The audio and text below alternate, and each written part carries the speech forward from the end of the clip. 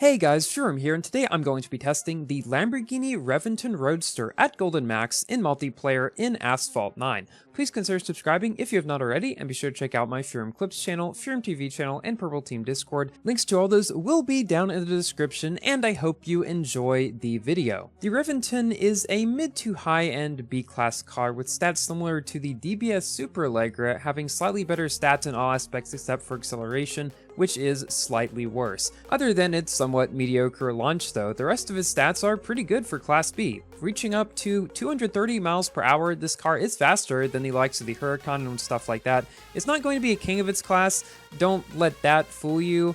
Its drifting, handling, and nitro just aren't quite enough to that level, and of course the acceleration pulls it down slightly, but it's a very capable multiplayer car with above average stats in most aspects, and I had a lot of fun driving it. Now, before I get into more details about this car and what else is going on Asphalt 9 right now, I want to address the elephant in the room, which is that I have not been posting Asphalt videos regularly super recently. The reason for that is because for the past couple of weeks, I have been finishing my last semester of college. I just finished my last final exam ever earlier today, and tomorrow I will officially be graduating, which is especially crazy to think about because I started this channel before I was even in high school.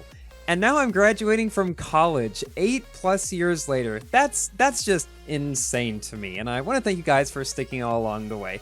I will also be moving in a little over a week from now, 10 days or so. But I do not plan to stop uploading videos or anything like that unless, I don't know, my internet just refuses to work or something like that. But yeah, I'm gonna still plan to upload videos and everything. As my graduation is tomorrow, there will not be any stream or anything like that. I think it was the Forza weekend anyway, so there won't be a Forza lobby. Next weekend, I might be able to stream. It is a couple days before I'm moving though, so we'll see how that goes. The other funny thing is, so I will not actually get final grades for any of my classes until after I graduate, which will be kind of funny because I don't technically know for absolute certainty that I passed the classes. Now, I pretty much know I do. I'm not worried about that or anything, but it's just funny walking across the stage and getting your, you know, whatever you get when you graduate, and still not knowing 100% sure what your grades are going to be. Just kind of funny. Anyways, that's enough about my personal life. You guys want to know about the Reventón and how I felt about it in this season. Well, as I said before, I had a lot of fun with it. It did not really have many physics issues, except for the one that just happened just then. I was able to compete fairly well with it against other cars like the Scion and the Countach.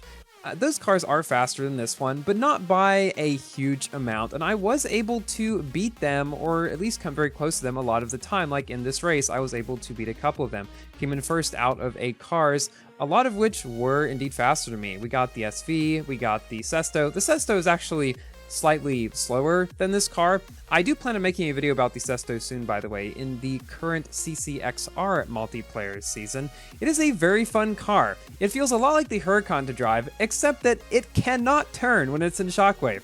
That is one thing I definitely have had to learn about that car, but the Reventón doesn't really seem to have that issue. Nothing stood out to me about this car as being a particularly bad aspect of it, and nothing really stood out as being particularly great. It's another one of those middle of the road, decent in almost everything sort of cars that doesn't really have a whole lot of tracks it is particularly great or particularly bad on. It just does decently well, and if you're able to drive it with enough consistency, a lot of the time you can beat cars that may be faster than you.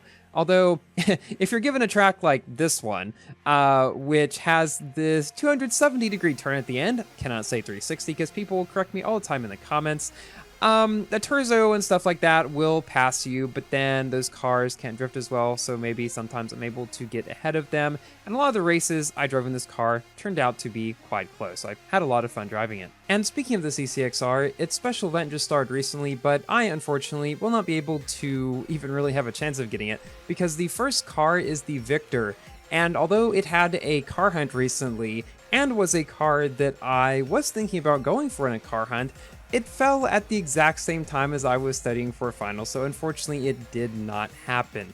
that is the car that is going to be pushing the Tuatara out of S-Class Elite, which I do not agree in the slightest with, but I'm not going to dwell on that as I have talked about it plenty of times before in previous videos. I will be testing that car pretty soon as well, and I'll be testing a couple of other cars in its Season 2, hopefully the Sesto Elemento as well as the Maserati MC12, which interestingly has purple, has a default color option, which is pretty neat. And we don't get packs right away at the beginning as we did with the XJR, which a lot of people have speculated is a bug due to the fact that the not the Reventon, that's the current car, the Revuelto, they both start with REV. I think that's why I got it mixed up.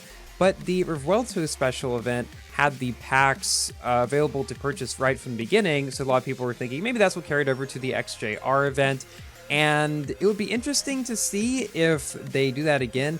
I don't remember in the past, or at least recently, when Gameloft has had a special event where packs have been available from the beginning for the main car like that, then had another special event later that also had them available from the beginning. So I'll be interested to see if that does ever happen again.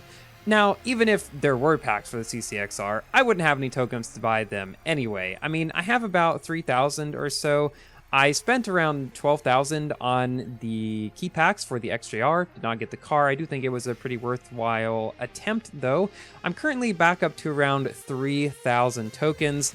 The next thing that I really want to start up with tokens is either the Tuatara or the Valhalla. Valhalla is really the one I've been wanting to start for a long time. I've had it at 4 stars since forever, and I'm only about 20 blueprints away from 5 star, so at least if I have a few thousand tokens at the times of Valhalla packs coming back, I'm definitely going to try to star that one up. The other car I'm getting very close to starring up, just 60 out of 70 actually to 5 star on the Jesko. I've been, after maxing out my Electric R in the Clash store, I've been buying Jesko blueprints with the Clash tokens and the Clash credits. I'm not going to bother trying to get Jesko epics really because it's 8,000 Clash tokens a piece. I mean, that would take forever to save up. So I'm just buying a bunch of blueprints with that. So maybe we will see a 5-star Jesko video soon once I get to that point, and hopefully eventually a 6-star one as well. That will be a very cool achievement. Now it is time for my general review of the Lamborghini Reventón Roadster. As you've hopefully seen throughout this video, although it isn't a king of its class, it is certainly at least somewhat competitive in multiplayer.